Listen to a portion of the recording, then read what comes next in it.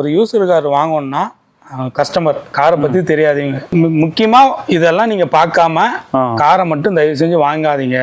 அப்படின்னா என்னென்ன? முதல்ல வந்து பார்த்தீங்கன்னா பாடி லைன் பார்க்கணும். அப்படின்னா இந்த காரில் வந்து இந்த டோர் பீடிங் இருக்குது பார்த்தீங்களா, இந்த பீடிங்கை ஓப்பன் பண்ணிவிட்டு, அது யாராக இருந்தாலும் ஓப்பன் பண்ணலாம். ஓகே, ஓப்பன் பண்ணிவிட்டு இந்த கார்னர் ஃபினிஷிங் வந்து எப்படி இருக்குன்னு பார்க்கணும்.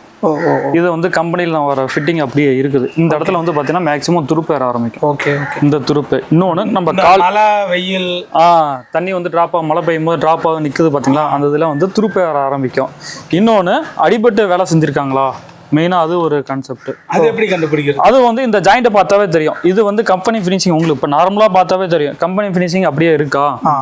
அதை விட்டுட்டு நீங்கள் வந்து அடுத்த ஒர்க்கு பண்ணும்போது பார்த்தீங்கன்னா இது வந்து கம்பெனி ஃபினிஷிங் மாதிரியே இருக்குது. என்ன தான் நீங்கள் ரெடி பண்ணாலும் அதில் வந்து பெயிண்ட் வந்து உங்களுக்கு அப்படியே காமிச்சிடும். நம்ம ப்ரஷ்ல அடித்த மாதிரியோ ஒரு பேஸ்ட் வந்து சரியான ஃபினிஷிங்கில் இருக்காது. அதை பார்த்தே கண்டுபிடிக்கலாம். இன்னொன்று வந்து நார்மலாக எல்லாரும் பார்க்குறதா இந்த கிளாஸில் வந்து பார்ப்பாங்க. அந்த மேனுஃபேக்சரிங் இயரை வந்து போட்டிருப்பாங்கன்னா கிளாஸில் எல்லா கிளாஸ்லையும் போட்டிருப்பாங்க.